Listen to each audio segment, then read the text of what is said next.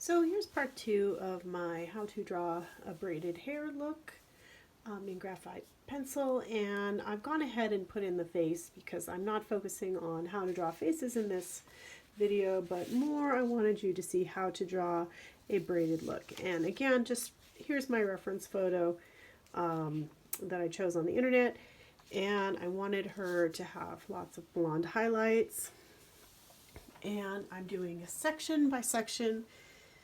So since the last video I've come in, I've put her face in. I've put a lot of her skin tones in, and I'm using this brush to do some soft skin tones. I don't want to give her too much shadows and keep it kind of light. I really want the focus of this drawing to be on the hair. So I've done a couple more sections. I'm going to finish this off later, but I wanted you to see how to do the different area of her hair and the top of her head. And again, let's look at the picture. So I want to notice that in the crown of her head here is very dark, and she has a lot of blonde highlights that are coming down. So I've gone in and I've drawn in some of the main lines and sections. So I'm going to be using a variety of pencils here.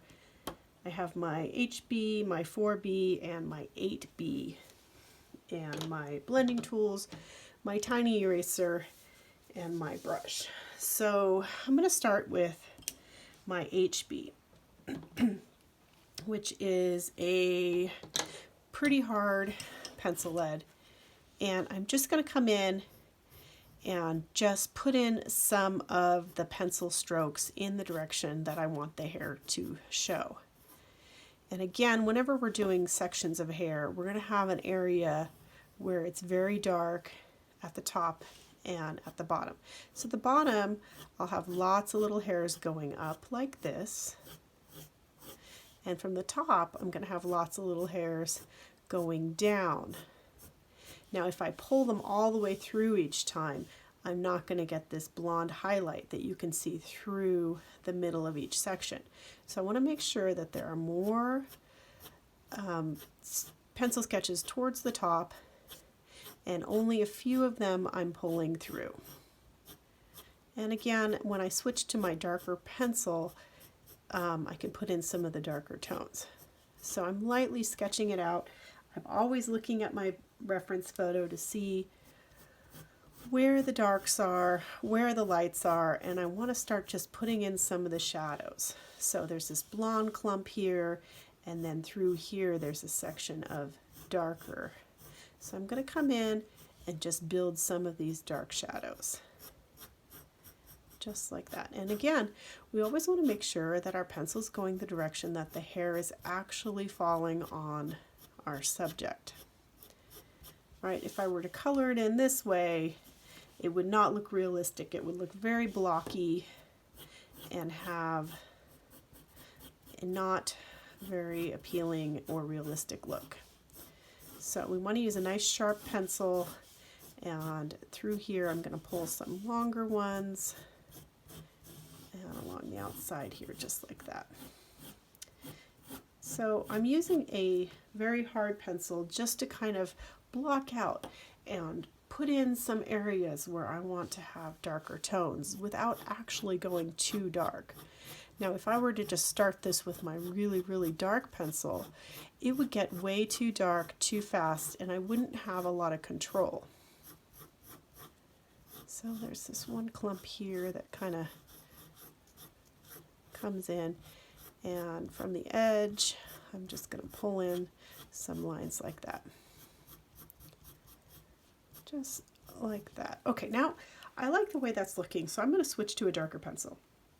So I'm going to get a softer one, and I'm going to use a 4B, and I have it fairly sharp, and I'm going to start by going into the part of her hair, and I'm going to pull out some of these darker tones. Now, as I'm going, I'm skipping some areas, so I'll have blonde streaks. So I'm going to put in some dark tones, and you really want to try and keep it random.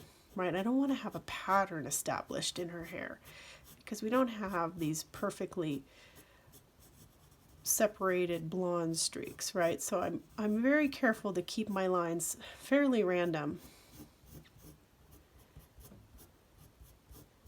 but always going the same direction. And now I can start pulling out some of the darker tones from the bottom here. And this little clump right here, I want to start at that edge and pull up.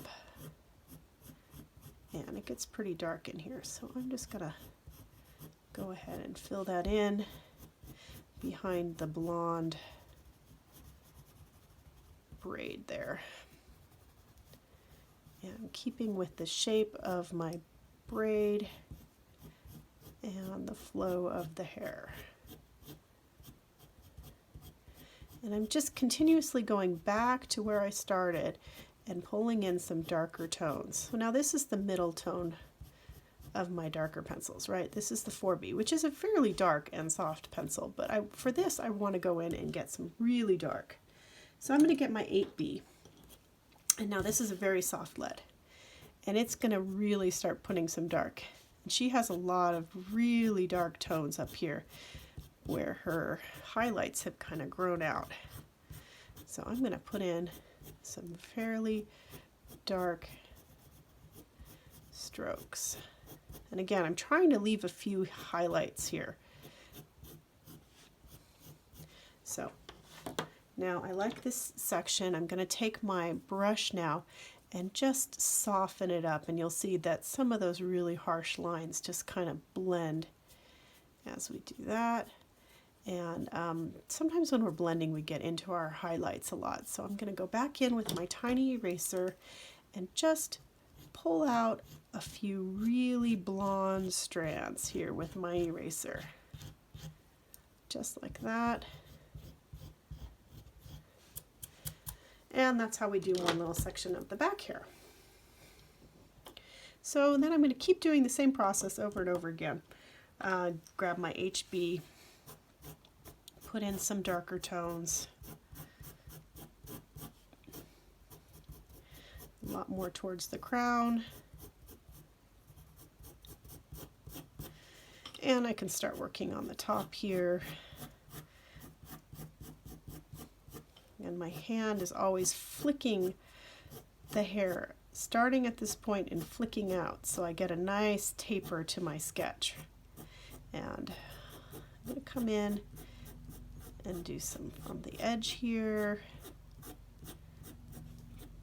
like this. And now I'm going to switch to my darker pencil, which is my 4B. And I'm going to put in some nice dark tones from the back here. And she doesn't really have a whole lot of blonde coming in from this side, so I'm going to just go on the edge here and pull some of this 4B into her hair and out the crown like this. And so now I'm making a variety of values with different color leads. So now this is my medium tone. I'm going to color all that in behind the braid, and I'm going to come in and do more highlighting on the braid as we get through this. But I wanted you to see how the different colors are established as we use the different leads. So now I'm going to go into my 8B, and here's where the real darkness comes. So I want this part in her hair to be really dark, so I'm going in here pretty heavy. And I'm doing my best to keep the pencil going the direction that the hair is growing.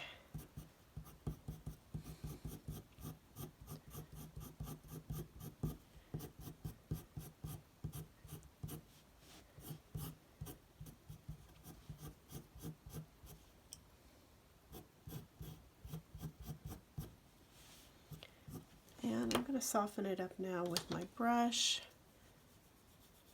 Make it nice and blended. Give her that kind of soft and fuzzy hair look here.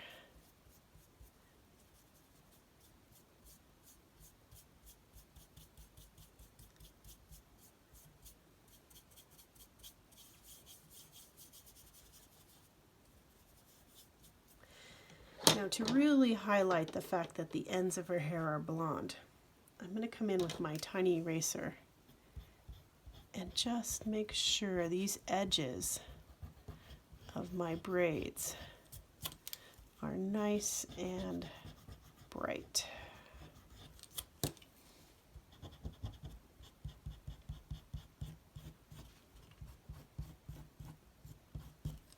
And that'll really give us a nice pop, right? Dark here, bright here. All right, so I'm going to move on to the next section. And I could put a few little highlights in here just to show that she's got a little bit of light hitting the top of her head. But it's pretty dark on the photo, so I might just leave it dark. And I'm going to soften that edge up just a little bit here. And clean up the edge of my paper, because I'm always messy. There we go. All right, so I just have this little section left on the back of her hair here.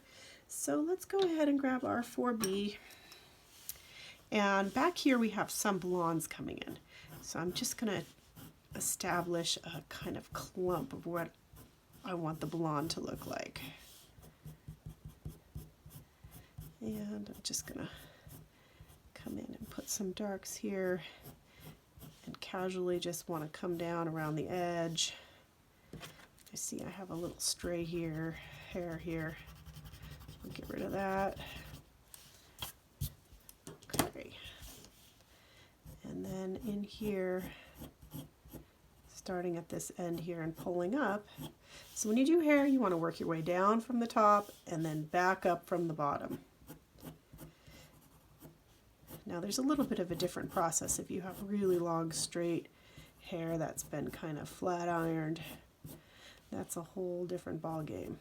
But when we have these clumps and braids and twists, this is the process that you need to do. So if you want to draw a realistic Elsa or Anna, you know, you've got to be able to draw yourself a braid. Now, of course, her hair is all like this part, and then the braid comes down over her shoulder. But it's the same process. So, you know, once you've learned how to kind of master this technique, you can draw hair any direction. So this is my medium tone brush. Pencil. Sorry, I always get that mixed up. This is my pencil here. That is a 4B. And I'm just going to come in and put a few streaks just like that. And now I'm going to go and get my really dark one here just to put the final touches of the darks in the back. And I love going in with the darks next to the brights, because it gives your drawing so much more depth and, you know, the value that is in the grayscale of your graphite. So if you're just drawing with one pencil, you really ought to consider getting yourself a drawing set that has a few different varieties. You need to have fairly hard pencils and some very soft dark black ones. Now, a lot of the sets will come with these dark black sticks, graphite sticks, which are great, but they're really messy, especially if you want to sharpen them. And I do have one I could show you here, but let me just soften this up a little bit. So you can see how it kind of becomes more realistic once you've blended out a little bit of the harshness of those lines. And the last step here on the back is I'm going to come in and just lift out some of my highlights. And a lot of drawing is going back in and erasing. You know, I know a lot of artists kind of avoid certain areas and leave them white, but it's a lot easier if you just have a tiny eraser and you can kind of lift out some of those highlights. It makes your life much easier. So as you're watching YouTube videos, you'll have to see which of the artists have these tiny little erasers, which I absolutely love this eraser. And I got it on Amazon. They're not that expensive, and they come with refills. So it's called Mono 0. Right, and it's just a plastic eraser or a vinyl eraser. Alright, so I'm really liking the way that looks. I might stop fiddling with it and finish my braid here. And I've gone in already on the braid and drawn in some of the preliminary lines with my my HB. So I'm going to come in with my 4B now and put some of the mid-tone darkers in.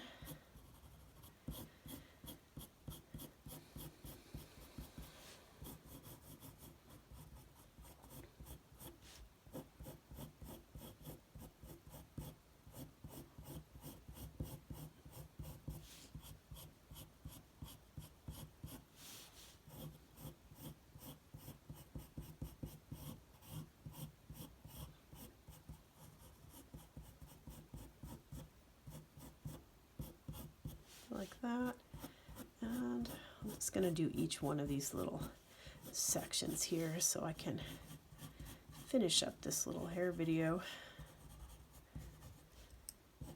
Now let me know if there's anything specific that you guys want to see me draw over the next few weeks here.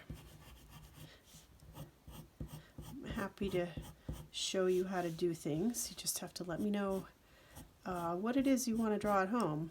And how can I help you?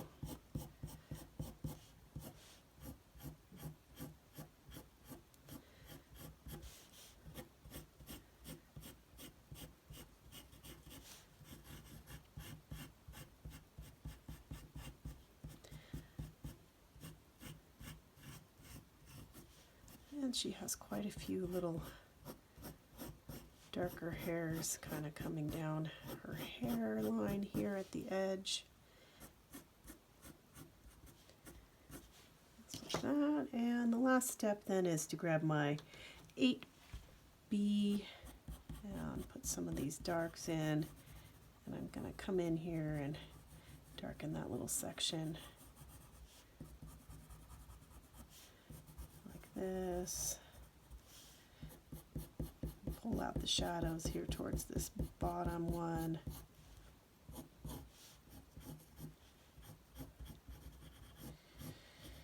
And I'm losing my light a little bit as it's getting into the afternoon here.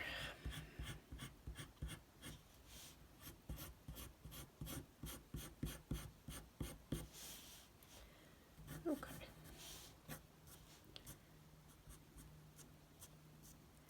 Give her some little baby hairs here coming out. She has a few little strands that are just kind of wild. And just to give her a little feeling on her hair, and then I haven't done any brush work on these little sections, so I'm just going to soften them up, blend them a little bit here with this soft brush, pull some of those shadows up into her hair here. And I don't want to get rid of all of my lines, so I'm not pushing very hard. Remember, we just want to keep it soft. Just use a dirty brush to do her skin tone. Okay, well, put in some blondes. And this clump has quite a few blondes coming off the top.